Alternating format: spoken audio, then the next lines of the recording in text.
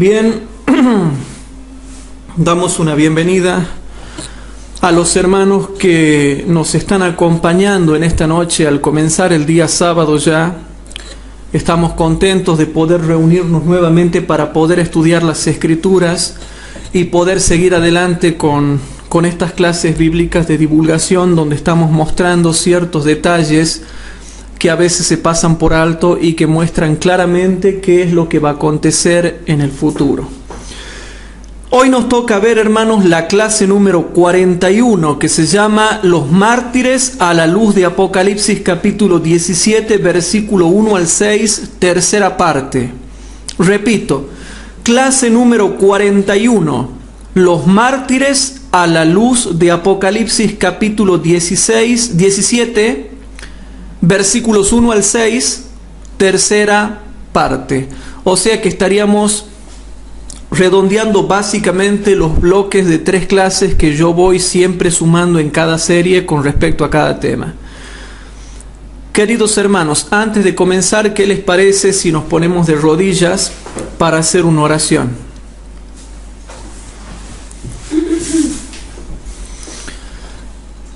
Padre nuestro que estás en el cielo, te damos gracias porque estamos reunidos acá para poder estudiar tu santa palabra. Te pedimos por favor que te quedes con nosotros y que realmente, Señor, podamos aprender y podamos ser dirigidos por tu Espíritu Santo. Danos tu Santo Espíritu con poder, Señor, y la compañía de tus santos ángeles, y perdona nuestros pecados. También bendice a los miles de hermanos que nos puedan estar viendo o escuchando, ya sea en directo o en diferido, y que realmente, Padre, tú les toques el corazón para que también ellos se animen a formar grupos pequeños y grupos de investigación bíblicas para ayudar a dar a conocer el Evangelio de Jesucristo. Por favor, Padre, te lo pedimos todo en el nombre de Jesús. Amén. Bien, hermanos, nosotros continuamos con las clases bíblicas y estamos tratando de mostrarle a la gente, sobre todo a los adventistas del séptimo día, cuál es la realidad que nosotros nos va a tocar afrontar muy pronto y por qué estamos necesitando tanto acerca del Espíritu Santo. Sin embargo, hermanos, ustedes tienen que tener cuidado con algo que yo ya les vengo enseñando durante años. ¿Qué es lo que les vengo enseñando yo? Que cuando una persona no quiere aceptar una doctrina bíblica o no quiere obedecer una doctrina bíblica, siempre te empieza a hablar de la exégesis, de la hermenéutica y de la gramática. Básicamente hablando, ¿no? Y yo te desafío a que tú hagas la prueba. Te desafío, hermano, a que hagas la prueba y te vas a dar cuenta de algo muy interesante. Cuando una persona no quiere aceptar una doctrina bíblica verdadera o no quiere obedecer una doctrina bíblica verdadera que es clara tanto en los versículos como en las citas del espíritu de profecía, te la comienza a zafar hablando de hermenéutica, exégesis y gramática. ¿Sí? Y por ahí le mete en contexto histórico también. Y yo te comento porque yo pasé por esa situación. Y yo antes hacía esa jugada. ¿Saben qué jugada hacía yo cuando era jovencito, hermanos, y no sabía responder a las preguntas que se me hacían? Zafaba fácilmente hablando de exégesis, hermenéutica, gramática y todo lo demás. Entonces lo mareaba con esos conceptos y al final no respondía a la pregunta que se me hacía y salía hecho del conflicto, digamos, por así decirlo. Pero quiero recordarle esto mundialmente a todos porque hay citas del espíritu de profecía que son claras y hay citas de la Biblia que son realmente claras. Y por ahí hay algunos sujetos que critican mi interpretación, pero ¿qué me voy a poner a debatir yo con ellos por escrito si no me gusta debatir por escrito y a distancia? Y aparte son chicos que no saben nada, o sea, humildemente lo digo, no saben, porque si hubieran leído el libro que se llama Recibiendo la Palabra y todos los otros libros más, hubieranse dado cuenta claramente que no podemos tener el simbolicismo en la parte de las Escrituras que no se aplica a lo que es simbólico. Entonces, hermanos, es realmente para mí un agrado poder desenmascarar esas cuestiones raras, porque es claro, hermanos, que cuando una persona no quiere aceptar una doctrina bíblica verdadera o no quiere obedecer una doctrina bíblica verdadera, te empieza a hablar de hermenéutica, exégesis y gramática. Y aquí paso a desenmascarar eso y me quiero detener un poco, hermanos, porque esto lo vamos a usar para lo que tiene que ver con reavivamiento y reforma, y también para lo que tiene que ver con Daniel 11, porque tengo unas citas extraordinarias, porque mañana voy a dar una clase de Daniel 11, voy a continuar con Daniel 11 y vamos a tocar esas citas que tienen que ver con la comparación de texto con texto. Ahora bien, presten atención a lo que les digo. Repito, cuando te empiezan a hablar de hermenéutica, exégesis y gramática es porque no se está sabiendo estudiar la Biblia, entonces se van por las ramas. La exégesis, la hermenéutica y la gramática, filosofada como hoy en día se la filosofa, es llevarte por las ramas y por las ramas y por las ramas e irte por la tangente y por la tangente para no responder con un claro así dice Jehová.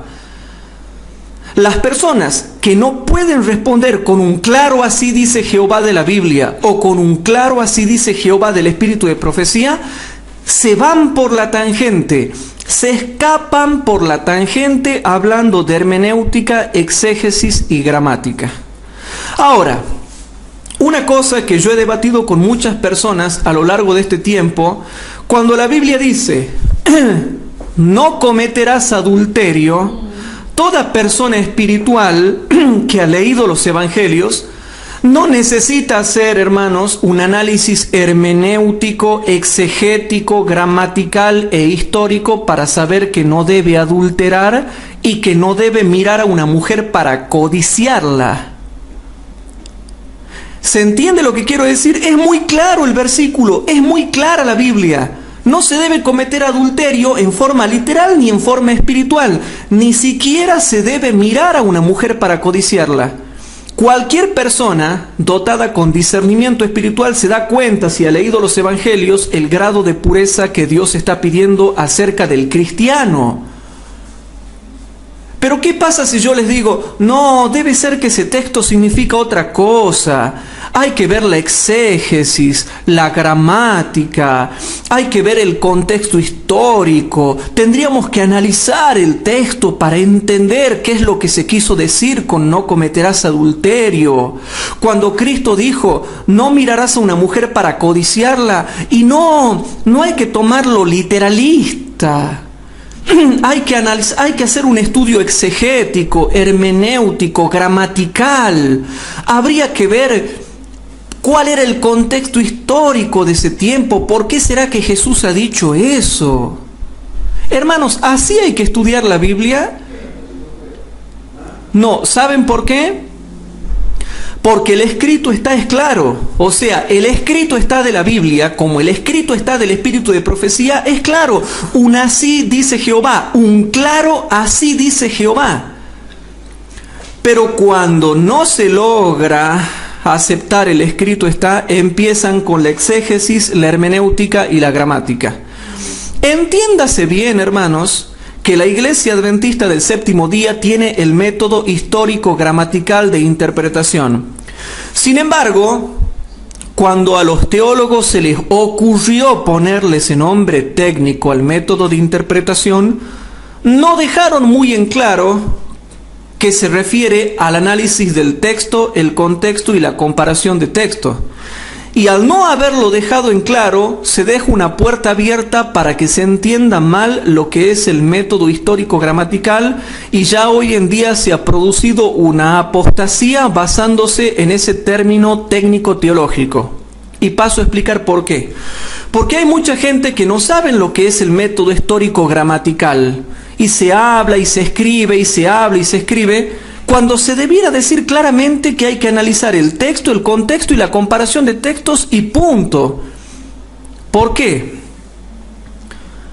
Porque se ha hecho tanta apostasía con respecto a ese término que hoy en día algunos llegan a creer que el método histórico gramatical de interpretación tiene que ver con algo así como saber mucha historia del texto y saber mucha gramática del texto. Y no necesariamente significa saber historia y gramática. significa que una porción de la Escritura se vincula con la otra y le explica, como dice Primeros Escritos, páginas 220 y 221. Pero como ese término es un término inventado por hombres y no refleja correctamente el sentido que se le debe dar al estudio de la Biblia, es que nosotros estamos aclarando. Llame como se llame, el método correcto es el método de comparación de texto con texto. Así se llama, hermanos. El método correcto de interpretación bíblica es el método de comparar un texto con otro, porque la Biblia es su propio intérprete y se explica a sí misma. Repito, la Biblia es su propio intérprete y se explica a sí misma. Por eso, mis queridos hermanos, es que hay muchos que prefieren usar el nombre de método histórico gramatical, porque es un término que deja muchas puertas abiertas para la apostasía y para decir que uno sabe mucha historia y mucha gramática. Y eso no es lo que nos enseña la misma Biblia y el mismo espíritu de profecía. El correcto método de estudio es comparar un texto con otro, porque toda porción de la Escritura se vinculan y se explican las unas a las otras y punto, eso es todo. Pero cuando se habla de método histórico gramatical, al ser un término imperfecto creado por hombres, se deja la falsa impresión de que hay que saber historia y gramática, y automáticamente lleva a la apostasía, porque significa que todos los que no han estudiado historia en la universidad y lenguas vivas y muertas en la universidad, entonces no pueden interpretar la Biblia porque no saben ni historia ni gramática. Gramática hebrea, gramática aramea, gramática hebrea, aramea y griega. Cuidado con esas cosas de métodos y términos técnicos, teológicos inventados por los hombres, porque dejan la puerta abierta a una mala interpretación. De manera que tú, para que quedes asegurado en la Biblia y en el espíritu de profecía, el método, hermanos, es comparar un texto con otro, así de sencillo. Puedes saber mucha historia o poca historia. Puedes saber mucha gramática o poca gramática, pero hay algo que es seguro. Si comparas un texto con otro, la Biblia se explica a sí misma porque es su propio intérprete.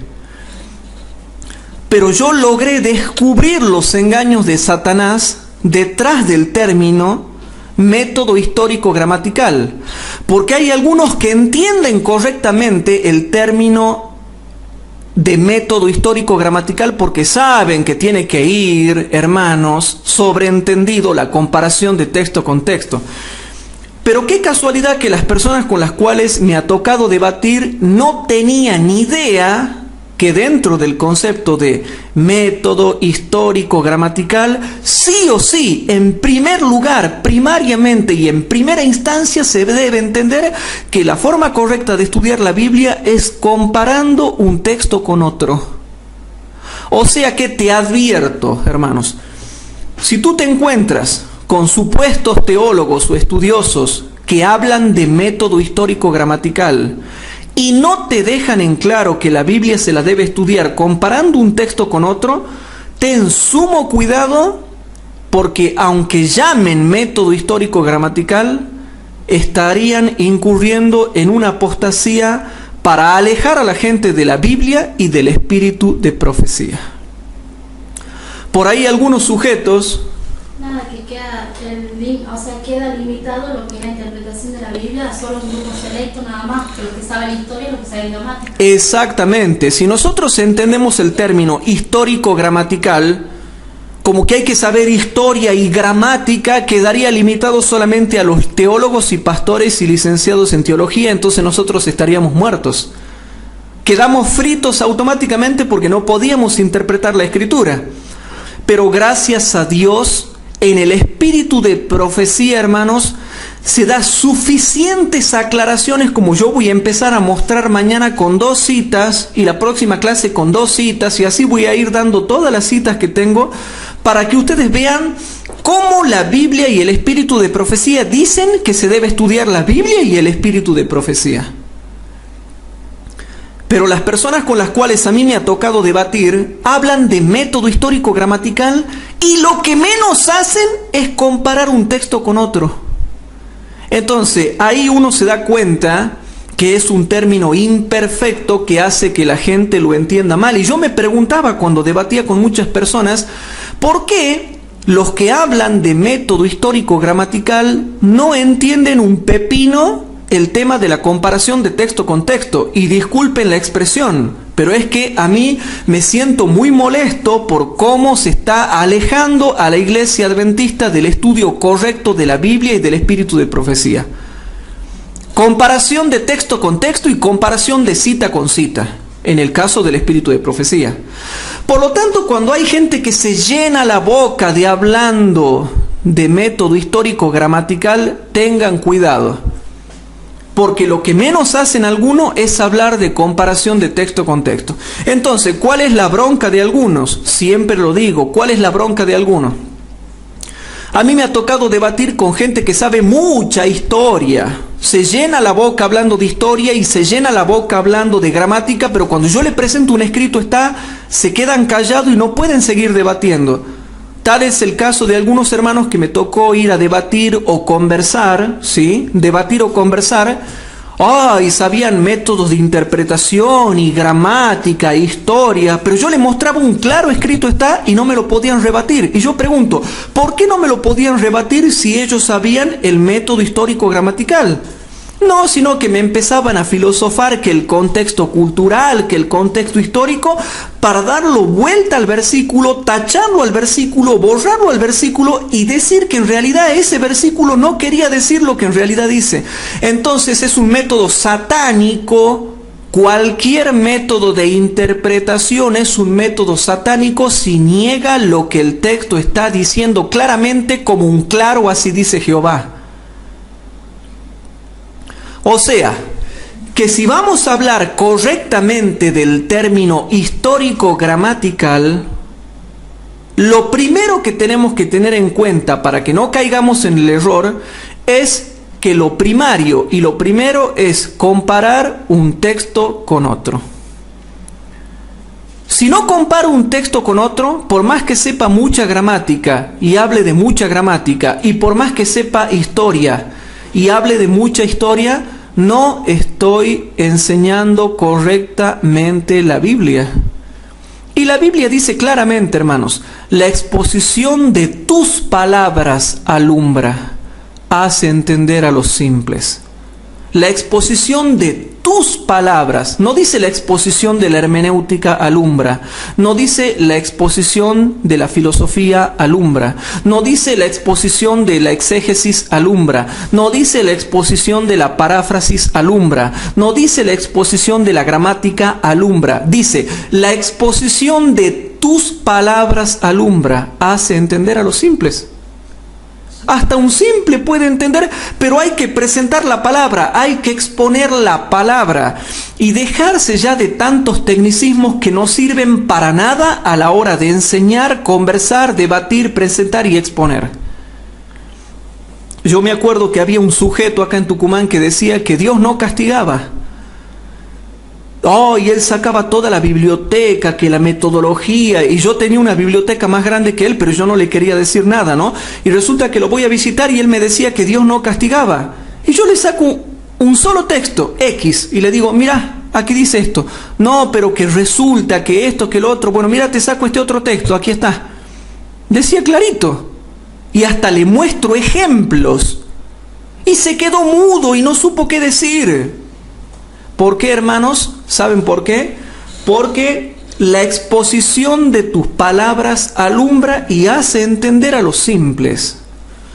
Entonces, hermanos, cuando Dios habla de su amor, significa que te ama.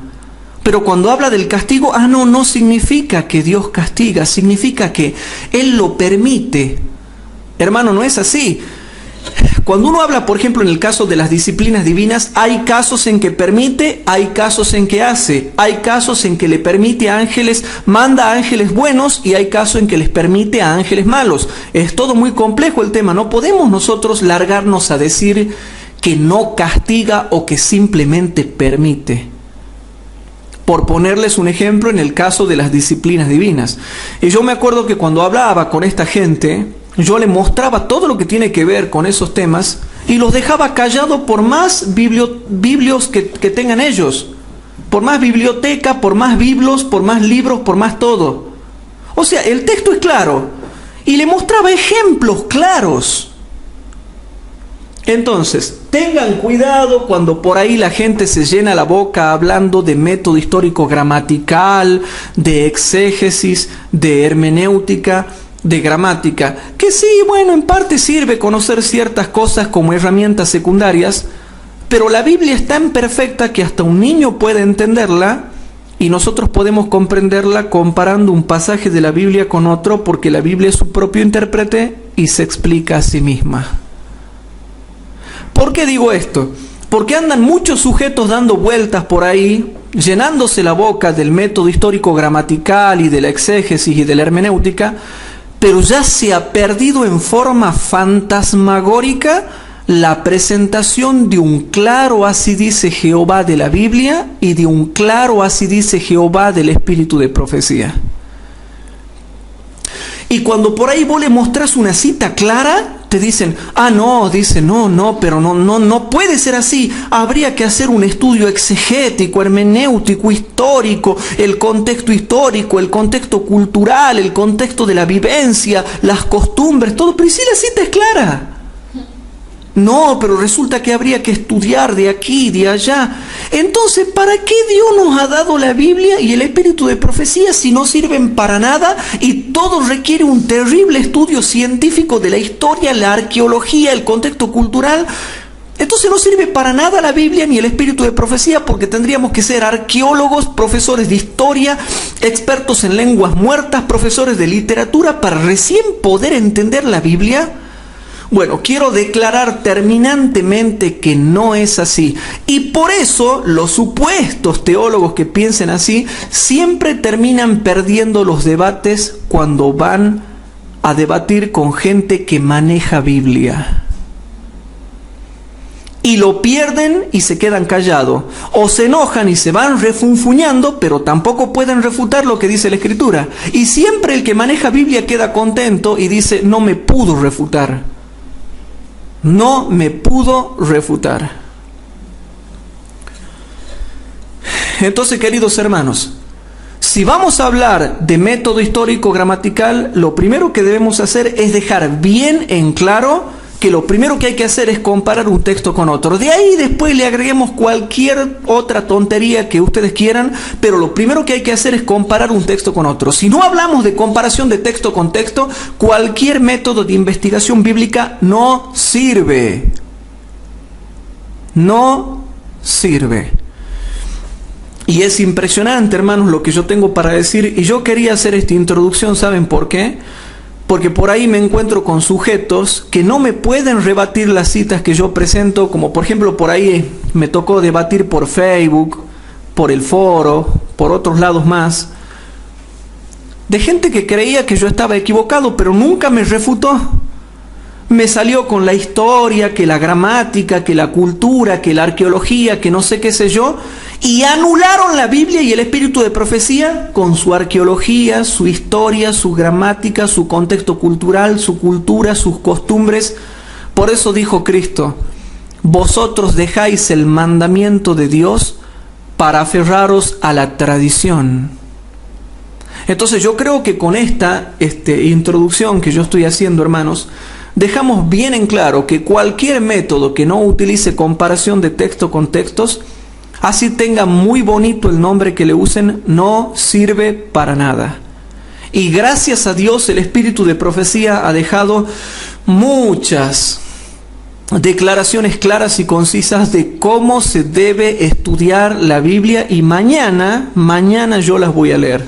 Ahora no, mañana en Daniel 11 voy a seguir mostrando esas citas que son terribles. Son terribles las citas que yo voy a mostrar. Y lo que me llamaba la atención es que la hermana Huay no me habla de métodos inventados por hombres, sino clarito de la comparación de texto con texto. Pero claro, como eso hay que sentarse a estudiar y buscar concordancias, diccionarios, comentarios. Y Y como para comparar un texto con otro hay que saber Biblia, porque hay que tener en la mente para relacionar en la mente de tanto leer. No, mejor no, lo soluciono con un poco de cultura y de historia. Y por eso se nos burlan, porque nos llamamos el pueblo de la Biblia, pero al final no podemos presentar un escrito está. Y al menos yo, hermanos, al menos yo no soy así. Cuando yo acepto el método histórico gramatical, lo primero que entiendo, hermanos, es comparar texto con texto. Si a mí no me hablan de comparar texto con texto, entonces no acepto nada, hermanos. Así que, habiendo dejado en claro esta salvedad, esta aclaración, es para beneficio de ustedes, porque se van a encontrar con mucha gente que no sabe Biblia y no sabe espíritu de profecía, entonces se va por la tangente y te entra a hacer un verso. Verso de historia, verso de exégesis, verso de gramática y de literatura y qué sé yo y qué sé cuánto, y uno se queda mirando al sudeste porque dice, ¿cuándo me va a presentar Biblia? Pero en fin, en el estudio de esta noche, hermanos, que se llama la clase número 41, los mártires a la luz de Apocalipsis capítulo 16, versículo 1 al 6, tercera parte, vamos a dejar en claro algo que venimos mostrando en todas estas clases bíblicas. Primero, que sí va a haber mártires. Y redondeando lo que no había redondeando en las otras clases, es que los mártires de la Iglesia Adventista del Séptimo Día comienzan con la ley dominical y está en la Biblia y no se han dado cuenta. O sea que hoy volvemos a dejar en claro que sí va a haber mártires en el tiempo del fin y que comienzan con la ley dominical. Comienzan con la ley dominical. Hermanos, hay grupos que dicen, no, dice los mártires se dan en la lluvia tardía. Yo digo que no. Yo digo que los mártires comienzan con la ley dominical. Hay otros que dicen, no, los mártires comienzan con la lluvia tardía. Yo digo no. Los mártires comienzan con la ley dominical y siguen con la lluvia tardía. Se intensifican con la lluvia tardía, crecen con la lluvia tardía, sigue la persecución con la lluvia tardía, todo se aumenta después de la lluvia tardía, pero comienza antes, hermanos. Y eso lo habíamos visto, hermanos. O sea que la ley dominical, con su respectiva persecución, con sus martirios, comienza primero, le sigue la lluvia tardía, sigue la predicación mundial del Evangelio y después el fin del tiempo de gracia. Pero lo que comienza la persecución es la ley dominical. Otra cosa que decían los grupos, dicen, no, lo que comienza la persecución es la lluvia tardía. No, hermanos, la lluvia tardía intensifica la persecución, acrecienta quizás la persecución, pero no es que comienza la persecución. La persecución está comenzada con la ley dominical. Entonces yo voy a tocar algunos textos acá y creo que cometí un grave error, hermanos. No traje el libro que se llama Comentario Bíblico Adventista, tomo 7A. Y ahí tenía todas las citas. Justo ahí tenía todas las citas. Y bueno, entonces, ¿qué hacemos? Comemos almohaditas, entonces. Entonces lo que vamos a hacer es lo siguiente. Lo que vamos a hacer es lo siguiente, no importa porque lo mismo lo puedo demostrar con Biblia, hermanos. Lo mismo puedo demostrarlo con Biblia, así que me sonrío, hermanos. Presten atención, vamos a ir a Apocalipsis capítulo 17. Vamos a Apocalipsis capítulo 17.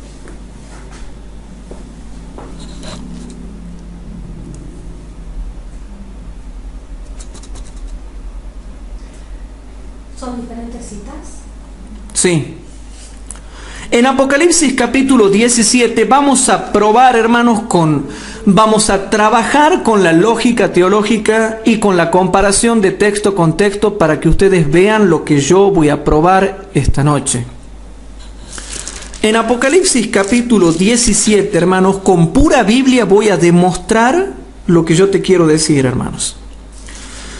Vamos a ir a Apocalipsis capítulo 17, versículo 1 al 6. Y dice así: y vino uno de los 7 ángeles que tenían las 7 copas y habló conmigo diciéndome: ven acá y te mostraré la condenación de la grande ramera, la cual está sentada sobre muchas aguas, con la cual han fornicado los reyes de la tierra, y los que moran en la tierra se han embriagado con el vino de su fornicación.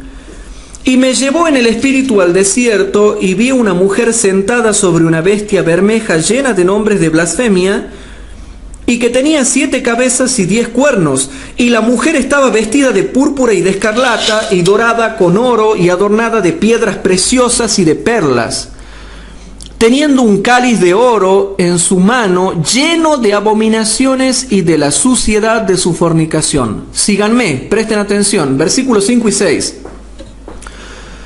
Y en su frente un nombre escrito: Misterio, Babilonia la Grande, la madre de las fornicaciones y de las abominaciones de la tierra. Y vi a la mujer embriagada de la sangre de los santos y de la sangre de los mártires de Jesús, y cuando la vi quedé maravillada de grande admiración. Quedé maravillado de grande admiración. De manera que hemos leído Apocalipsis 17, versículo 1 al 6, y estamos metiéndonos en el razonamiento bíblico. Ahora bien, cuando comienza Apocalipsis 17, el que le va a mostrar a Juan, hermanos, el tema de la mujer, el tema de la Babilonia mística, es uno de los ángeles de las 7 plagas.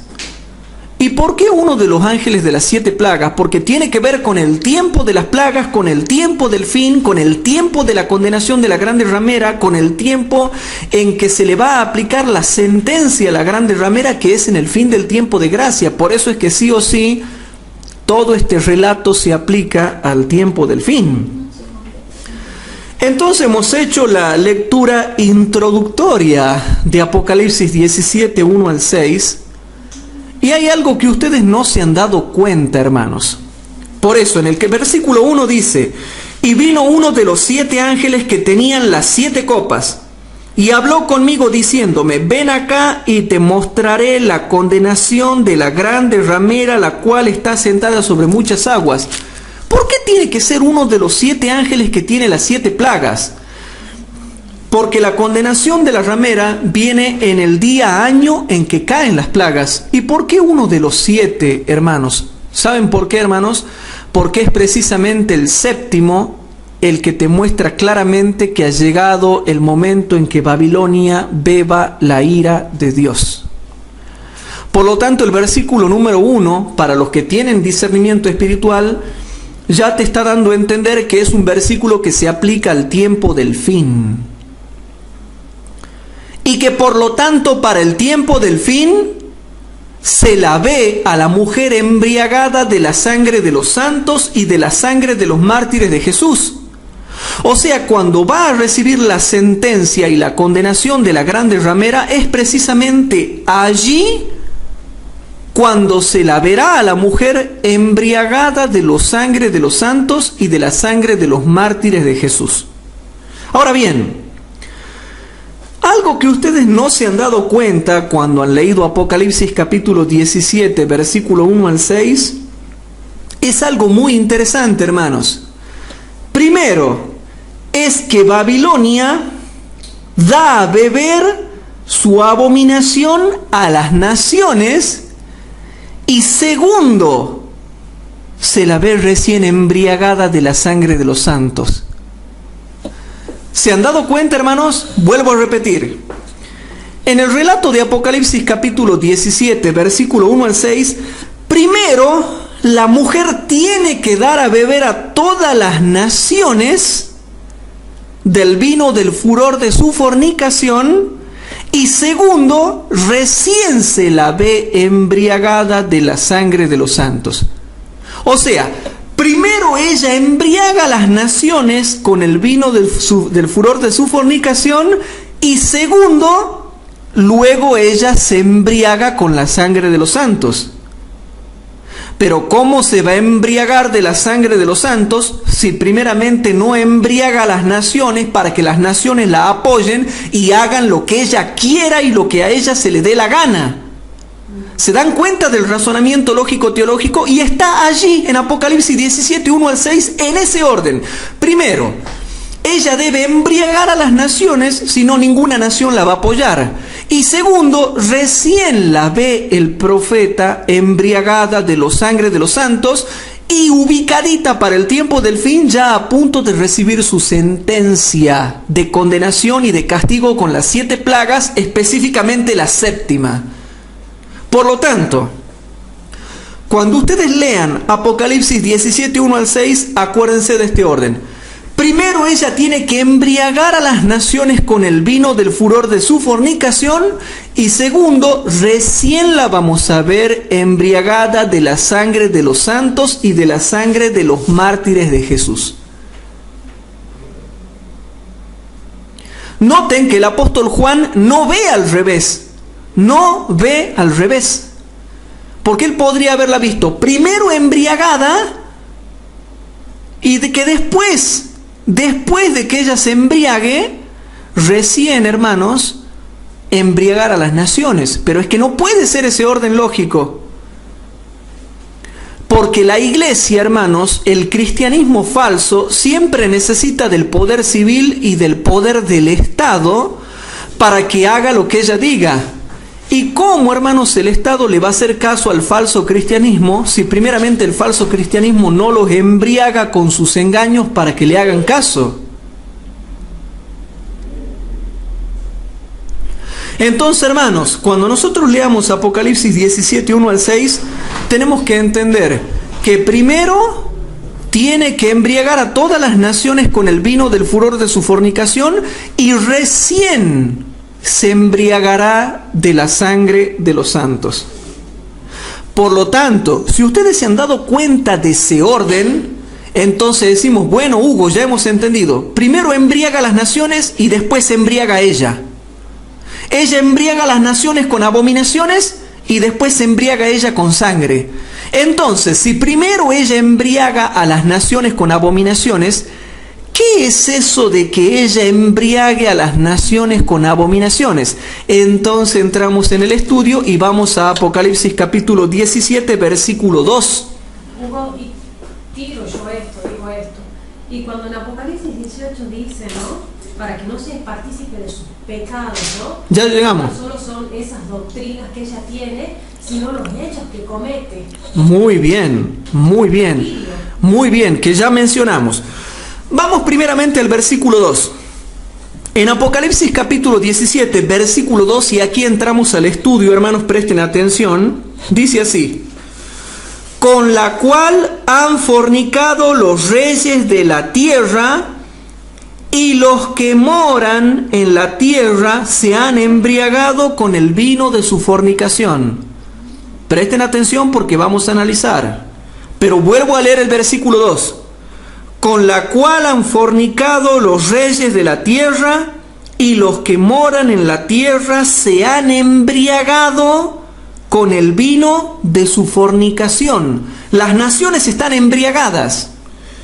Por lo tanto, en Apocalipsis capítulo 17, versículo 2, se habla de dos cosas. Primero, de la fornicación de la mujer, y segundo, del vino con el cual ella embriaga. Entonces, queridos hermanos, para saber lo que es la fornicación de la mujer, ustedes van a leer en sus casas el Comentario Bíblico Adventista, tomo 7a, página 990. Comentario Bíblico Adventista, tomo 7a, página 990. Ahí le explica lo que es la fornicación de la mujer, y es la ley dominical, imponer el domingo, apoyar el domingo, todo eso. Y para saber lo que es el vino con el cual ella embriaga, ustedes van a buscar Comentario Bíblico Adventista, tomo 7a, página 996.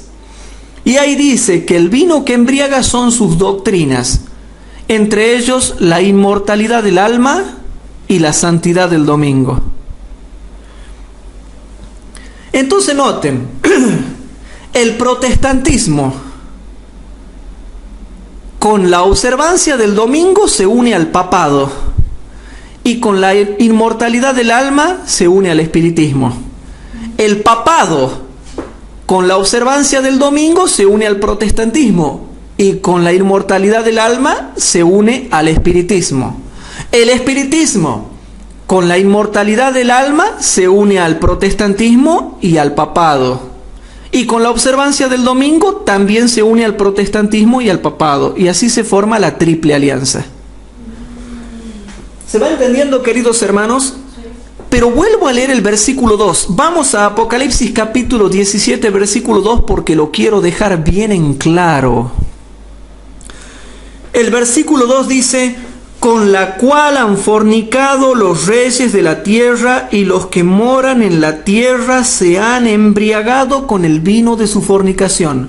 El versículo 2 te está diciendo que ya, para cuando va a recibir la condenación, ya se han embriagado.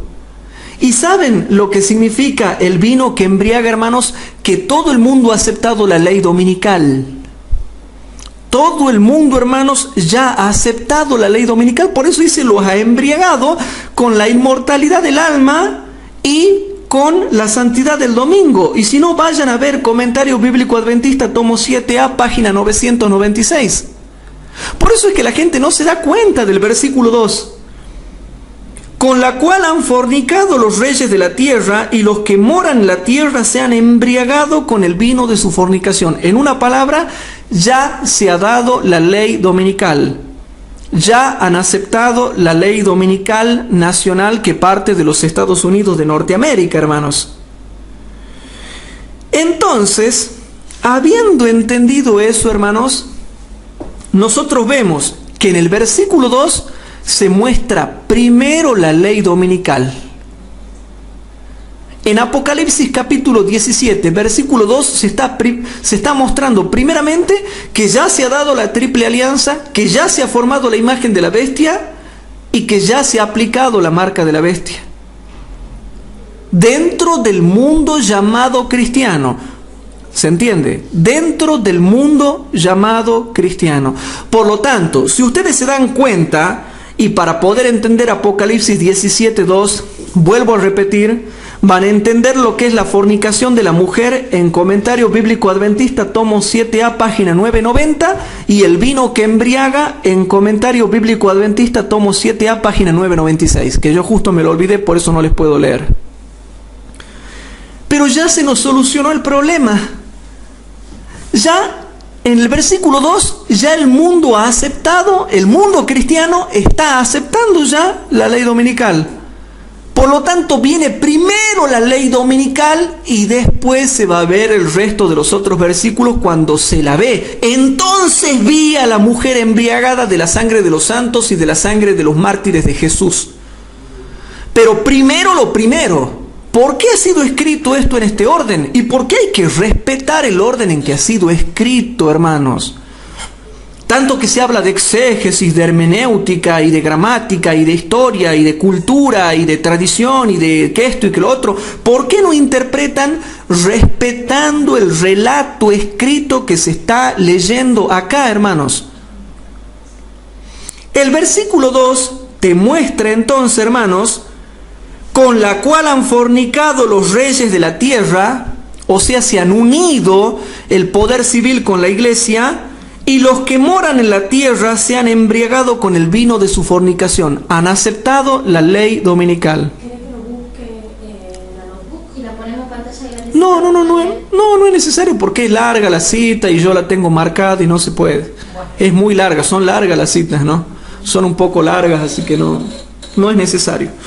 Entonces, hermanos, el versículo 12 es claro a buen entendedor. Si a vos te dicen, mira, ya todos los reyes de la tierra han fornicado con ella, y los que moran en la tierra se han embriagado, se han fornicado, y si se han embriagado, hermanos, ¿han aceptado la ley dominical, chicos? Pero y claro que han aceptado la ley dominical, porque ya han fornicado con ella y ya se han embriagado con el vino del furor de su fornicación. Ya han aceptado la ley dominical. Entonces, entendiendo Apocalipsis capítulo 17, versículo 2, vamos a Apocalipsis 18, versículo 1 y 2. Habiendo entendido Apocalipsis 17, 2, ahora vamos a Apocalipsis capítulo 18, versículo 1 y 2, que dice lo siguiente. Ahora noten cómo en los versículos 1 y 2, hermanos, se nota el descenso de la lluvia tardía y la denuncia de las iglesias falsas. ¿Sí? Aquí se ve el descenso de la lluvia tardía y la denuncia de las iglesias falsas. Bien, entonces leemos el versículo 1 y 2. Presten atención, hermanos. Después de estas cosas vi otro ángel descender del cielo teniendo grande potencia, y la tierra fue alumbrada con su gloria. ¡Qué hermoso, hermanos! ¿Ustedes quieren ser participantes de esta gloria? Yo sí quiero ser participante de esta gloria, hermanos. Ojalá que nosotros podamos ser fieles y tener nuestras lámparas preparadas y ardiendo para poder participar de este movimiento mundial, porque será un movimiento mundial, hermanos. Esta promesa a mí me llena de gozo, porque a mí ¿qué me importa que muera o viva?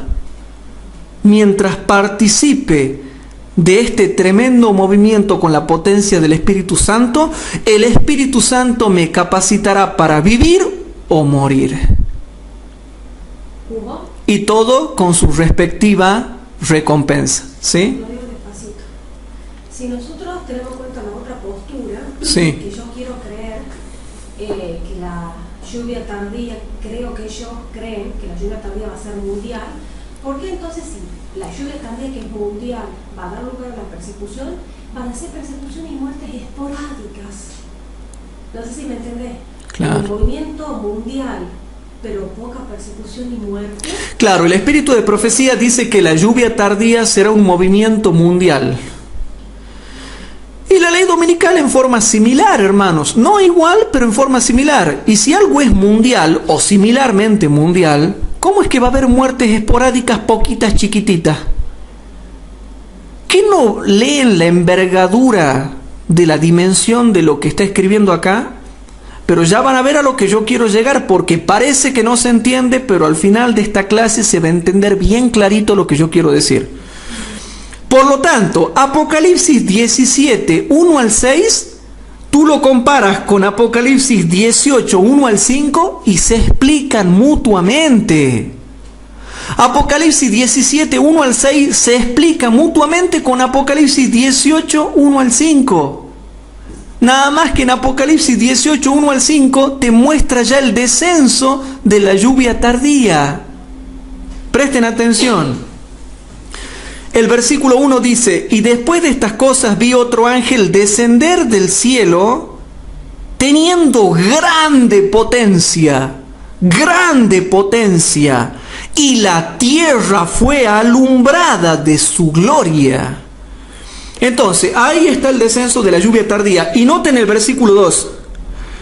Y clamó con fortaleza en alta voz, diciendo: caída es la grande Babilonia, y es hecha habitación de demonios, y guarida de todo espíritu inmundo, y albergue de toda ave sucias y aborrecibles. ¿Cómo, hermanos? ¿Cómo dice? Y clamó con fortaleza en alta voz, diciendo: caída es la grande Babilonia, y es hecha habitación de demonios, y guarida de todo espíritu inmundo, y albergue de toda ave sucias y aborrecibles. O sea, habitación, guarida y albergue. Habitación, guarida y albergue. ¿De qué? De demonios, de espíritus inmundos y de aves sucias y aborrecibles. Entonces, cuando desciende la lluvia tardía, se denuncia con potencia la caída de Babilonia. Por eso es que muchos hermanos que ahora quieren clamar contra la Iglesia católica, y el protestantismo apóstata se vuelven fanáticos. Porque aquí dice clarito que ¿cuándo vamos a clamar con fortaleza la caída de Babilonia? Y que le vamos a decir como era Juan el Bautista, como era Elías, cuando descienda la potencia del Espíritu Santo. Pero si yo salgo ahora, hermanos, con un altavoz, como hacen muchos hermanos, a declarar los pecados de la Iglesia Católica y de los evangélicos, se me mueren de risa, hermanos, porque no están entendiendo el contexto bíblico. El contexto bíblico te dice clarito cuándo vamos a clamar con fortaleza para proclamar la caída de la grande Babilonia. Ahora no, sino cuando descienda el cuarto ángel. Antes no. Yo te hago un desafío. Haz como hacen algunos hermanos que se ponen un altavoz y van por la plaza y parecen loquitos. Parecen loquitos. Pero aquí va a ser distinto. Entonces, en el versículo 2, hermanos, se denuncia la caída de la grande Babilonia y que ya está plenamente dominada por los demonios, hermanos, porque ya en ese tiempo los demonios están haciendo sus milagros. Entonces, si bien es cierto, en el versículo 1 y 2 se muestra el descenso de la lluvia tardía y la denuncia de la caída de Babilonia, ahora el versículo 3, 4 y 5 te van a decir el porqué de la caída de Babilonia. Porque resulta que nosotros recibimos la lluvia tardía, ¿verdad? Y decimos caída es la grande Babilonia. Y la gente nos va a decir, ¿y por qué es caída? ¿Por qué es caída? ¿Por qué? Porque ustedes guardan el sábado y ellos guardan el domingo. Por eso ellos son guarida de todo espíritu inmundo. Por eso son habitación de demonios. Por eso son albergue de toda ave sucia y aborrecible. Por eso son morada de demonio. Porque ustedes guardan un día y ellos simplemente guardan otro día. No, hermanos, ellos no van a ser guarida de demonios porque guarden el domingo y nosotros el sábado, sino porque ya han caído en la crueldad de imponer una ley dominical como apostasía nacional en Estados Unidos que llevará a la ruina nacional en Estados Unidos y que se extenderá a todo el mundo. No es simplemente porque ellos guarden el domingo y nosotros el sábado, y otros guarden el viernes y otros el miércoles. No es por eso, hermanos. ¿Qué no entienden la fraseología bíblica? Hermanos, se va a proclamar la caída de la Babilonia cuando lleguen al colmo los pecados de la Babilonia. Es cuando ya se toma la atribución de exaltar el domingo y de ponerlo obligatorio por ley en la nación más poderosa e influyente del mundo y en el mundo. Entonces, si la nación más poderosa del mundo, como Estados Unidos, que es la más influyente del mundo y en el mundo, pone una ley dominical, todo el resto del mundo cristiano seguirá su ejemplo. Y los que no son cristianos sancionarán eso. Y ahí está el tema. Lo sancionarán aunque no lo guarden, pero lo sancionan. Entonces, ¿a qué quiero llegar yo con esto? Paso a explicar la razón de la caída que se da en el versículo 2, se lo explica también en los versículos 3 al 5. Y presten atención. Ahora los versículos 3 al 5 te explican por qué ha caído. Y no es que ha caído, hermano, porque ellos guarden el domingo, porque hay católicos, hermano, que no guardan ni el domingo ni el sábado. Yo conozco católicos que no, ni van a misa. Ni van a misa. O sea, no es por eso, sino porque han cometido un pecado grave, y es imponer el domingo en todo el mundo cristiano, que es una apostasía gravísima, hermanos. Entonces, cuando ustedes reciban la lluvia tardía y salgan ya con potencia del Espíritu Santo, ya no como loquitos fanáticos, sino con potencia del Espíritu de Dios, que van a alumbrar toda la tierra con su gloria, y ustedes proclamen la caída de Babilonia, la gente le va a decir, ¿y por qué estamos caídos? Y noten lo que se explica en los versículos 3 al 5. Porque todas las gentes han bebido del vino del furor de su fornicación, y los reyes de la tierra han fornicado con ella. Lo mismo que decía Apocalipsis 17:2. O sea que lo que dice Apocalipsis 17:2, aquí lo dice Apocalipsis 18:3. Y si aquí dice Apocalipsis 18:3 esto, ¿qué significará lo que dice Apocalipsis 17:2? La ley dominical. Noten, porque todas las gentes han bebido del vino del furor de su fornicación, y los reyes de la tierra han fornicado con ella, y los mercaderes de la tierra se han enriquecido de la potencia de sus deleites. Y ahora viene la segunda voz. Porque cuando desciende la lluvia tardía hay dos mensajes, hermanos. Uno es el de la caída de Babilonia, donde nosotros le daremos hacha a las iglesias falsas. La denuncia.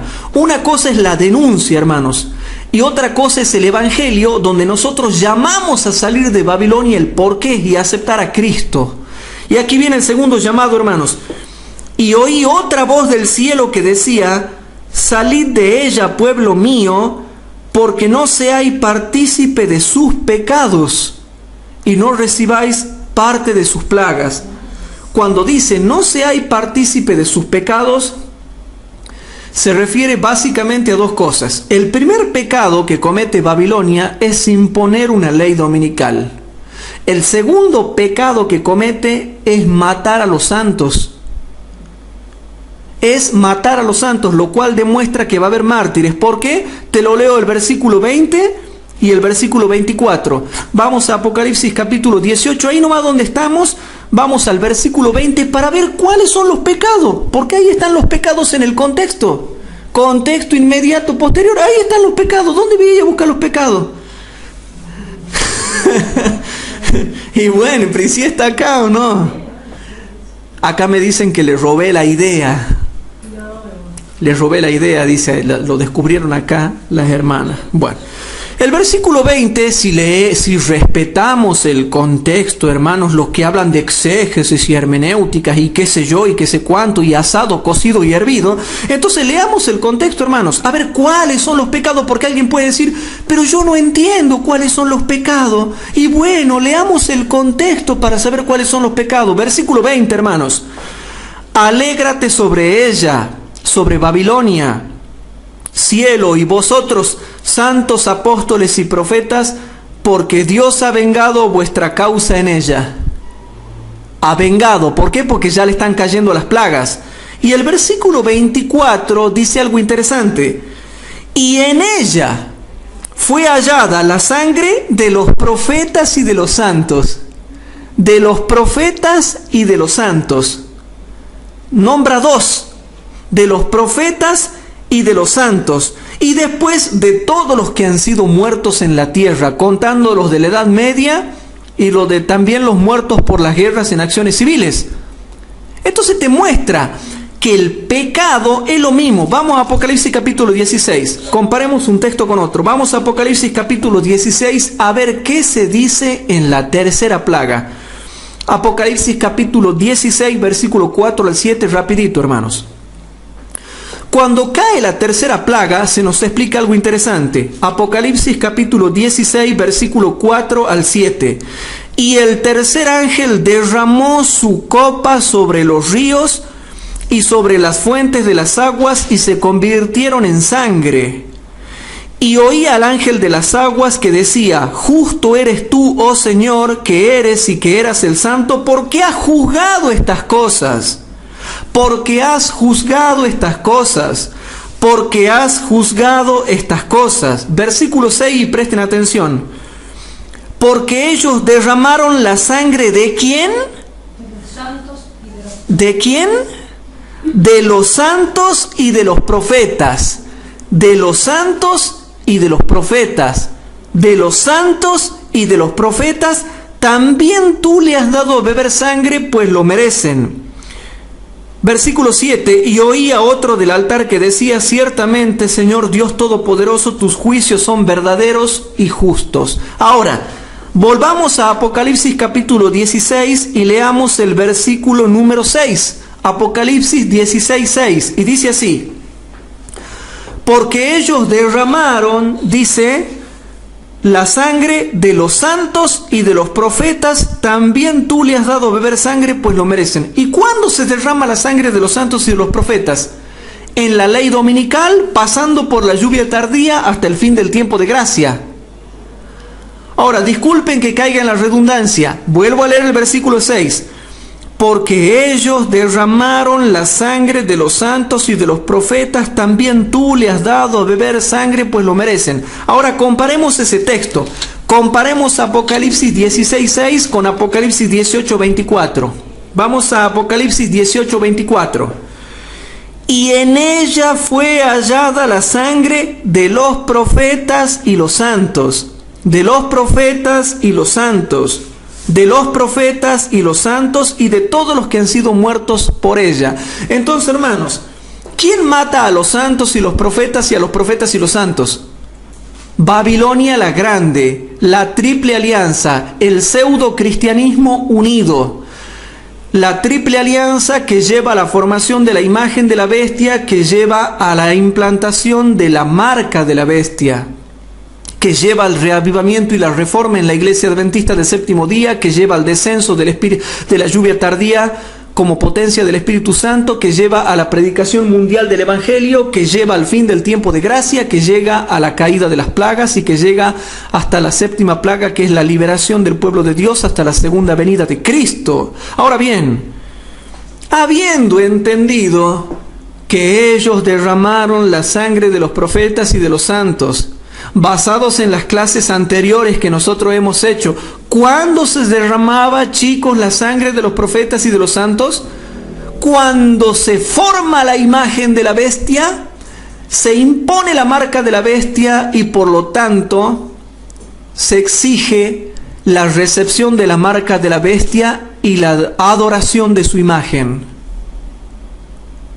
Y eso se da solamente para el tiempo del fin. Por lo tanto, hermanos, volvamos a Apocalipsis 18 para poder entender a lo que nos estamos refiriendo.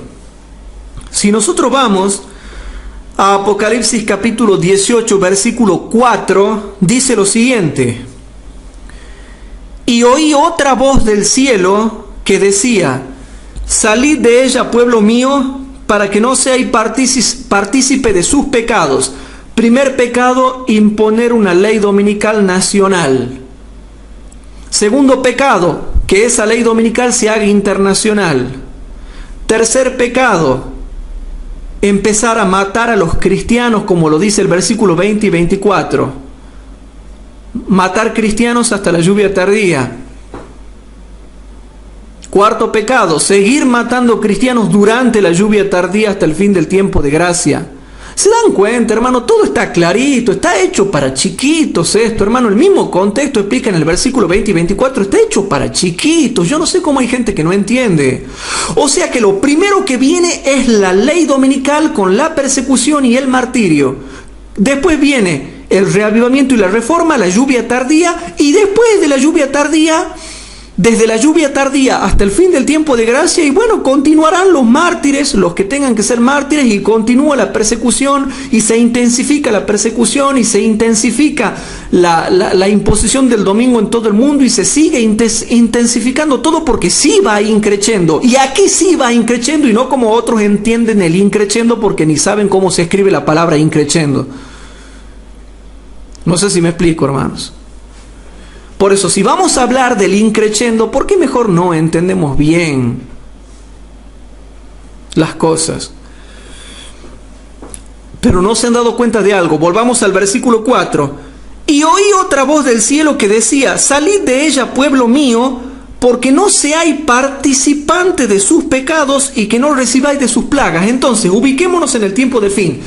Desciende la lluvia tardía sobre nosotros. Hagamos de cuenta que desciende sobre nosotros. Nosotros le vamos a decir: salgan de ella, pueblo de Dios, para que no sean partícipes de sus pecados. ¿Y qué pecado le vamos a decir? No va a decir la gente. La gente nos va a preguntar: ¿qué pecados?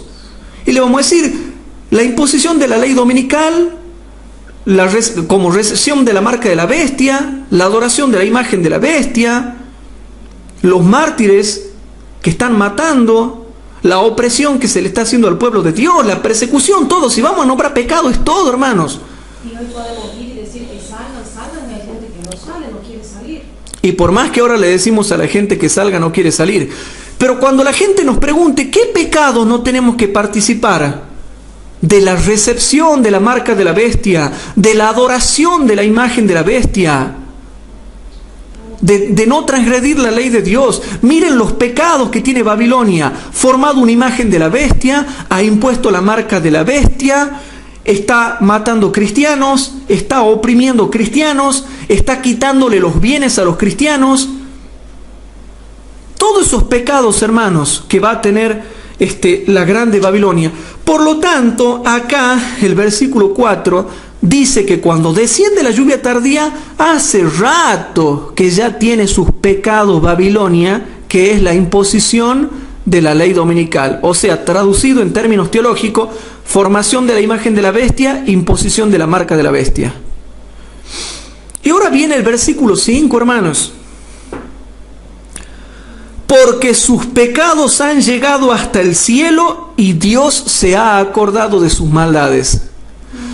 O sea que, hermanos, cuando descienda la lluvia tardía, nosotros le vamos a decir a la gente: no participen de sus pecados. ¿Saben por qué? Porque Babilonia, hermanos, Babilonia, ¿saben lo que ha hecho? Ha impuesto la ley dominical y está persiguiendo cristianos, y está oprimiendo cristianos, y está matando cristianos. Y eso es lo que hace que sus pecados lleguen hasta el cielo, no otra cosa. Porque yo les pregunto ahora, hermanos, estamos en el año 2012. ¿Qué fecha? 8 de junio. 8 de junio del 2012. Yo les hago una pregunta, chicos. En el 8 de junio de 2012, ¿puedo decir yo: oh, los pecados de Babilonia han llegado hasta el cielo? No. Los pecados de Babilonia no han llegado hasta el cielo, hermanos. No está obligando a nadie a adorarla, ni tampoco está persiguiendo a nadie, ni tampoco está matando a nadie. ¿Se dan cuenta, hermanos, de la situación? Entonces el versículo 5 dice, hermanos, a ver, acá escribieron algo. Muy bueno está el tema, dice Emilio. Ah, bien. Le mandamos un saludo al hermano Emilio Emeterio ahí que acaba de escribir, disculpen. Lo que pasa es que yo no veo bien. Queridos hermanos, todavía no han llegado hasta el cielo los pecados de Babilonia. Entonces, hermanos, aquí tengo Maranata, hermanos, la página 187.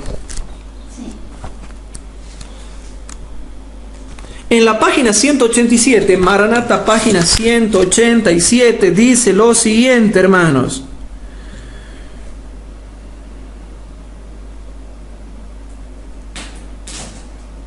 No, ¿cuál era la página, hermanos? 187. Ahí dice que los pecados llegan hasta el cielo. Sí. Ah, ya te digo.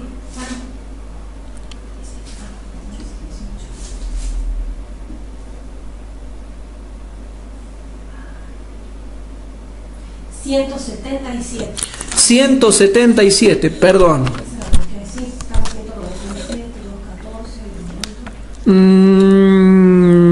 No. 187. 187 tengo yo. En la última parte, abajo. A ver. Abajo. Y acá arriba el modo de sus pecados ha llegado hasta el cielo. Sí, Ha caído Babilonia. abajo. Ah, sí, perdón, aquí está. Hermanos queridos, en Maranata, página 187, dice algo clarito, que no hay que hacer tanta exégesis, ni hermenéutica, ni gramática para darse cuenta de lo que dice acá. Noten lo que dice la hermana Huay. Presten atención a lo que dice la hermana Huay, hermanos. ¿Cuándo llegarán hasta el cielo sus pecados? Porque ahora no han llegado. Entonces preguntamos, ¿cuándo llegarán hasta el cielo sus pecados? Hasta la hermana Huay pregunta, ¿cuándo llegarán hasta el cielo sus pecados? Cuando la ley de Dios sea finalmente invalidada por medio de legislación humana. Ley dominical. Ley dominical. ¿Cuándo llegarán hasta el cielo sus pecados? cuando la ley de Dios sea finalmente invalidada por medio de la legislación humana. Entonces la crisis le proporcionará al pueblo de Dios la oportunidad de demostrar quién es el gobernante del cielo. Y mientras un poder satánico esté conmoviendo los elementos inferiores, Dios enviará luz y poder, luz y poder, luz y poder a su pueblo, para que el mensaje de la verdad pueda ser proclamado a todo el mundo, pueda ser proclamado a todo el mundo, pueda ser proclamado a todo el mundo. ¿Qué viene primero según Maranata 187? La ley dominical. Cuando se dé la ley dominical, dice que ahí llegan sus pecados hasta el cielo. Y dice que recién ahí Dios va a enviar luz y poder, no lo va a enviar antes. ¿Saben lo que está diciendo Maranata 187? Dios dice así: yo no pienso enviar luz y poder hasta que sus pecados no lleguen hasta el cielo. Cuando los pecados de Babilonia lleguen hasta el cielo, recién voy a enviar luz y poder a mi pueblo para que la verdad pueda ser proclamada con poder. Punto. Así de sencillo. Y lo dice acá. ¿Cuándo llegarán hasta el cielo sus pecados? Cuando la ley de Dios sea finalmente invalidada por medio de legislación humana. Entonces la crisis le proporcionará al pueblo de Dios la oportunidad de demostrar quién es el gobernante del cielo y de la tierra. Mientras un poder satánico esté conmoviendo los elementos inferiores, Dios enviará luz y poder a su pueblo. ¿Y para qué? Para que el mensaje de la verdad pueda ser proclamado a todo el mundo. Lluvia tardía. ¿Y qué es la lluvia tardía? La luz y poder, porque aquí dice luz y poder. Dios enviará luz y poder. Dios enviará luz y poder. Dios enviará luz y poder a su pueblo. Entonces, hermanos, van a ver a lo que yo quiero llegar redondeando la clase, hermanos. Volvamos a Apocalipsis capítulo 18, versículo 4 y 5. Y oí otra voz del cielo que decía: salid de ella, pueblo mío, porque no seáis participante de sus pecados y que no recibáis de sus plagas, porque sus pecados han llegado hasta el cielo y Dios se ha acordado de sus maldades. O sea, cuando recibamos la lluvia tardía le voy a decir: mundo, ¿saben qué? Tenemos que decirle algo. Los pecados de Babilonia ya han llegado hasta el cielo. O sea que cuando recibimos la lluvia tardía es para avisarle al mundo que ya sus pecados han llegado hasta el cielo hace un tiempito atrás. Y que salgan porque... Entonces, hermanos, cuando desciende la lluvia tardía es porque ya han llegado hasta el cielo los pecados de Babilonia, o sea, ya se ha dado la ley dominical, lo cual nos demuestra, según Maranata, página 187, que primero viene la ley dominical con su persecución, con sus mártires, lo cual, hermanos, comienza a generar reavivamiento y reforma y descenso de la lluvia tardía y predicación mundial del Evangelio, hermanos. Pero una cosita, hermanos, hay gente que me contradice a mí, que no entiende Maranata 187 ni 177, no la entienden y meten un montón de filosofías para tratar de negar el azote que pronto vendrá sobre el pueblo de Dios para sacar a todos los cristianos que no sirven. Porque la ley dominical es el azote de Dios, la disciplina de Dios para sacar de la iglesia adventista todos los cristianos que no sirven, todos los cristianos que son cizaña. Entonces, con este estudio que nosotros vamos haciendo, hemos dejado en claro algo. Que primero, hermanos, Babilonia tiene que dar a beber a todas las naciones, tiene que embriagarlas. ¿Con qué la embriaga? Principalmente con la ley dominical, porque la aceptan. Segundo, después de que Babilonia embriague a todo el mundo con la ley dominical, recién se la ve a ella embriagada con la sangre de los santos, lo cual demuestra que primero viene la ley dominical y después los mártires, que era lo que yo quería simplemente recalcar en esta clase y que lo dije al principio. Eso es todo. Primero viene la ley dominical y eso es lo que comienza el tiempo de los mártires para aquellos que serán mártires, que no sabemos quiénes serán, pero que serán mártires. Entonces Apocalipsis 17 te muestra en el versículo 2 que primero viene la ley dominical y en el versículo 6 que recién se embriaga con la sangre de los santos, lo cual demuestra, hermanos, que viene primero la ley dominical y eso es lo que empieza la persecución y eso es lo que empieza el tiempo de los mártires, ¿sí? ¿Quería decir algo? Bueno, entonces, hermanos queridos, ese era todo el estudio que yo quería presentar en esta noche con Biblia pura para demostrarte cómo Apocalipsis 17, 1 al 6 se explica con Apocalipsis 18, 1 al 5 y se intercambian datos. Por eso, hermanos, volvamos a Apocalipsis 17. Apocalipsis capítulo 17, hermanos. En Apocalipsis capítulo 17 dice el versículo 2: con la cual han fornicado los reyes de la tierra y los que moran en la tierra se han embriagado con el vino de su fornicación. O sea, cuando ya están por caer las plagas, que es su sentencia, dice, ya se han embriagado. Ya se han embriagado, ya han aceptado la ley dominical. Entonces, después de la ley dominical, viene el versículo 6. Y recién vi, quiere decir el apóstol, y vi a la mujer embriagada de la sangre de los santos y de la sangre de los mártires de Jesús. Y cuando la vi quedé maravillado de grande admiración. Por lo tanto, en el estudio de esta noche, hemos dejado bien en claro lo que yo quería decir al principio. Y es que primero viene la ley dominical y con la ley dominical viene la persecución y el martirio. Hermanos, lo que empieza la persecución y el martirio es la ley dominical. Y se continúa, y se acrecienta, y se intensifica con la lluvia tardía. Serán mantenidos en jaque algunas cosas para que no impidan la realización del mensaje del tercer ángel. Pero serán mártires lo que tengan que ser mártires. Y eso es lo que muchos hermanos no entienden al no poder armonizar la cita del espíritu de profecía. Por eso, hermanos, en el libro Maranata, página 197, en el libro Maranata, página 197, dice así: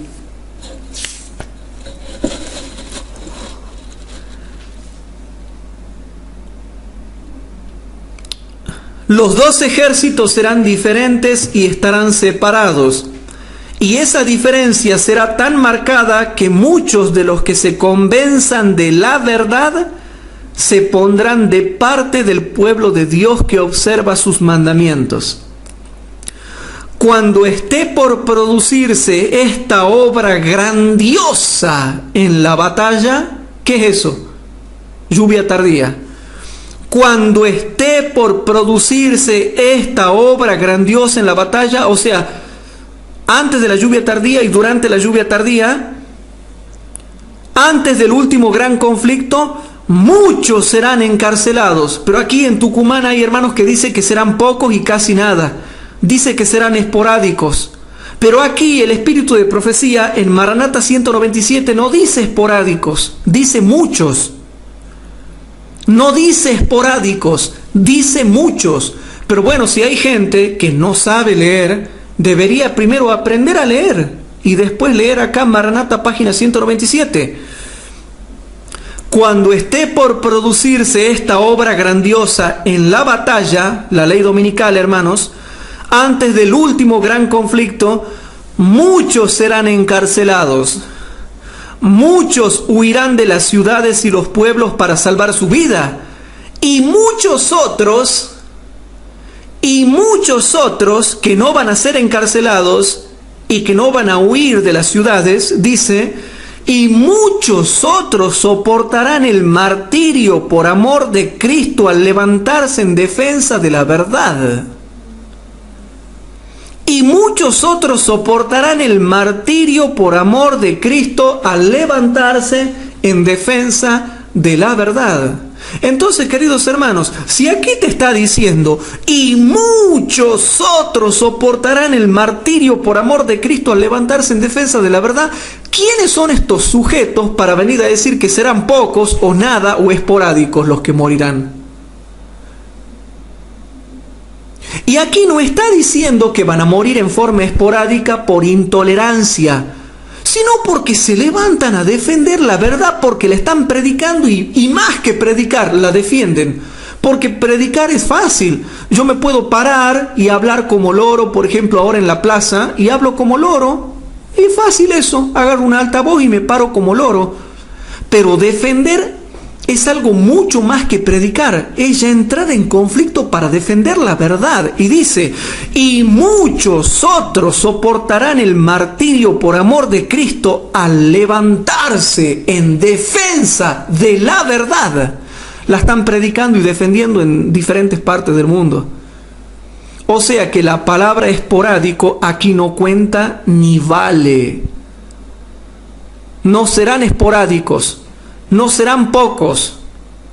No es que no serán ningunos. Aquí dice, y muchos otros soportarán el martirio por amor de Cristo al levantarse en defensa de la verdad.